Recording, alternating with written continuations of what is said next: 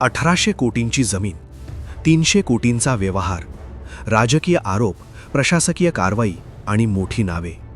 पण अखेर या बहुचर्चित जमीन घोटाळ्यात कोण दोषी आणि कोण निर्दोष?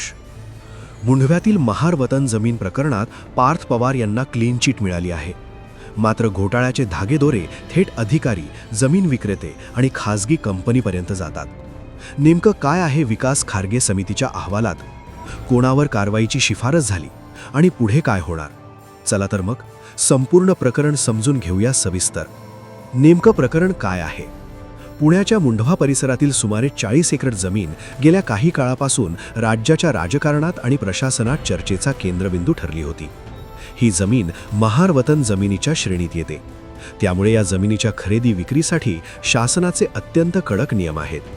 या जमिनीची बाजारभावानुसार किंमत सुमारे 1800 कोटी रुपये इतकी होती. मात्र हा व्यवहार अवघ्या 300 कोटी रुपयात झाल्याचा आरोप करण्यात आला. याच व्यवहारात IT पार्क उभारण्याचं कारण देत मुद्रांक शुल्कात मोठी सवलत घेतली गेली. मात्र प्रत्यक्षात नियमांचं उल्लंघन करून शासनाचा कोट्यवधींचा महसूल बुडवण्यात आल्याचा संशय व्यक्त करण्यात आला. राजकीय खळबळ का उडाली? या व्यवहाराशी संबंधित असलेल्या अमेडिया कंपनीशी पार्थ पवार यांचं नाव जोडलं गेलं आणि त्यानंतर विरोधकांनी थेट उपमुख्यमंत्री अजित पवार आणि त्यांच्या कुटुंबावर आरोपांची झोड उठवली. यामुळे प्रकरण केवळ प्रशासकीय न राहता राजकीय वादाचं केंद्र बनलं. चौकशी समिती नेमली कधी आणि का?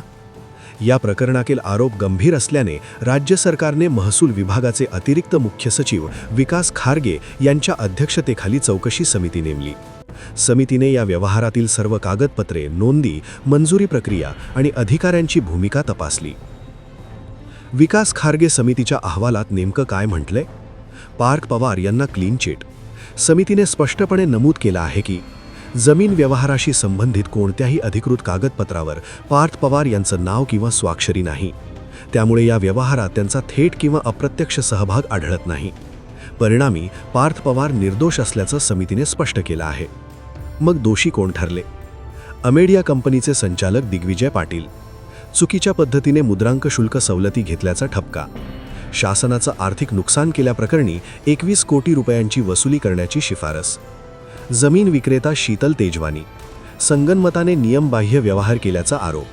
सरकारी अधिकारी तत्कालीन तहसीलदार सूर्यकांत येवले आणि उपनिबंधक रवींद्र तारू.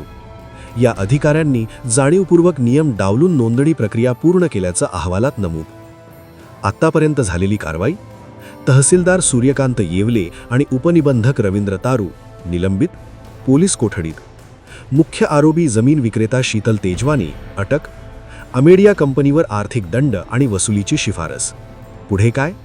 या अहवालामुळे पार्थ पवार यांना मोठा राजकीय दिलासा. मात्र दोषी अधिकारी आणि व्यावसायिकांवर अधिक कडक कारवाई होण्याची शक्यता. राज्य सरकार आता या अहवालावर आधारित पुढील निर्णय घेणार आहे.